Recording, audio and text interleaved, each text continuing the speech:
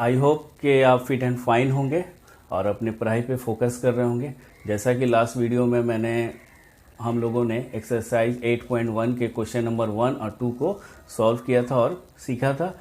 आज हम लोग फिर उसी एक्सरसाइज के 8.1 के क्वेश्चन नंबर 3 और 4 को लेकर आया हूँ। आज हम लोग फिर कुछ नया सीखते हैं, नया तरह का क्वेश्चन है इसमें। ठीक है, तो चलिए स्टार्ट करते हैं। तो यदि sine A equal to, question number 3 में आप देखिए कि यदि साइन ए इक्वल टू 3/4 है यानी 3/4 हो तो कॉस ए और टेन ए का मान परिकलित कीजिए। देखिए वर्ड में आपको कंफ्यूज होने की जरूरत नहीं, परिकलित कीजिए या मान ज्ञात कीजिए, ये सब वर्ड की सी बात है, मतलब उसका वही निकलता है, मान ज्ञात करना। ठीक है, उसमें आपको कोई कंफ्यूज होने की जरूरत नहीं है। तो चलिए क्वेश्चन नंबर 3 को हम लोग सबसे पहले लेते हैं। साइन ए इक्वल टू 3/4 दिया हुआ है। साइन ए इक्वल टू 3/4 आपका दिया हुआ है अकॉर्डिंग टू क्वेश्चन जो। तो इसमें सबसे पहले हम लोग एक राइट एंगल ट्रायंगल बना लेते हैं। ठीक है, ये ए बी और ये सी। अब बी को हम लोग 90 डिग्री दे देते हैं। ठीक है, पिक्चर बनाने से आसानी से आपको समझ में आएगा।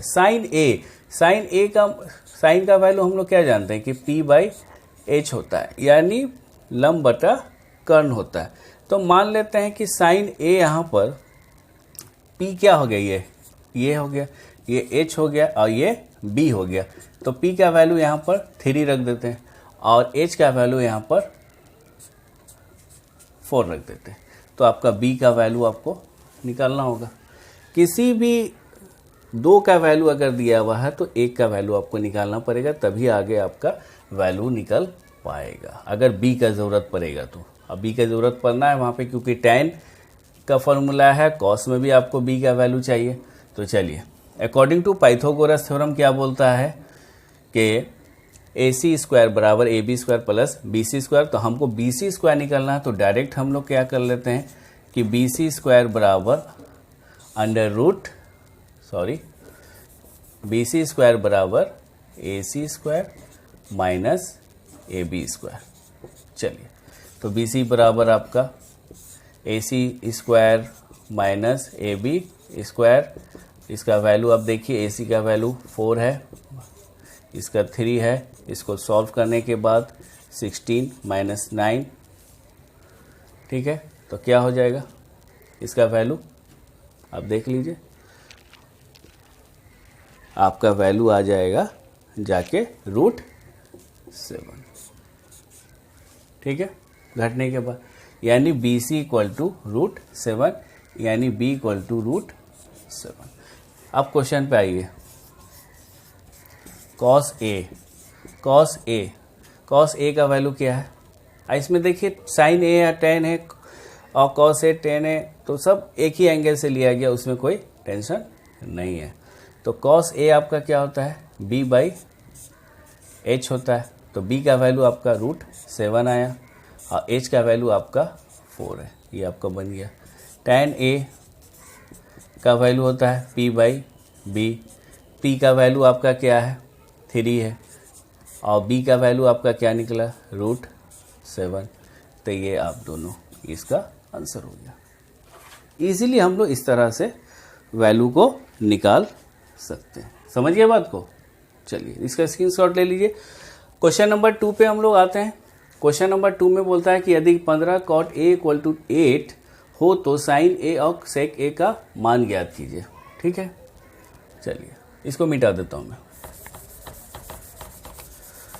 कुछ बच्चे बोलते हैं कि आप हिंदी में बोल रहे हैं, इंग्लिश में बोल रहे हैं, दोनों मिक्स कर रहे हैं। तो देखिए, मैथमेटिक्स का कोई ऐसा लैंग्वेज का कोई बार नहीं है। मैथमेटिक्स आपको कंसेप्ट समझना है, चाहे वो किसी भी लैंग्वेज में समझिए। हिंदी इंग्लिश में बोलने का मतलब ये होता है कि अगर कोई बच्चे CBSE वाले भी हो तो वो भी टर्म्स को समझे और पैटर्न को समझे, किस तरह से सॉल्व करना। और हिंदी वाले बच्चे के लिए तो पूरी तरह से हिंदी में पढ़ा ही रहा हूँ। ठीक है, और इससे आपका इंग्लिश का वर्ड भी इम्प्रूव हो रहा है। बहुत सारी चीज़ आप नहीं जान रहे हैं तो आप वो भी आप समझ रहे हैं। ठीक है, क्योंकि आने वाले दिनों में आपके सारे बुक इंग्लिश के ही होते हैं। ठीक है, चलिए क्वेश्चन नंबर 4 में आ जाते हैं।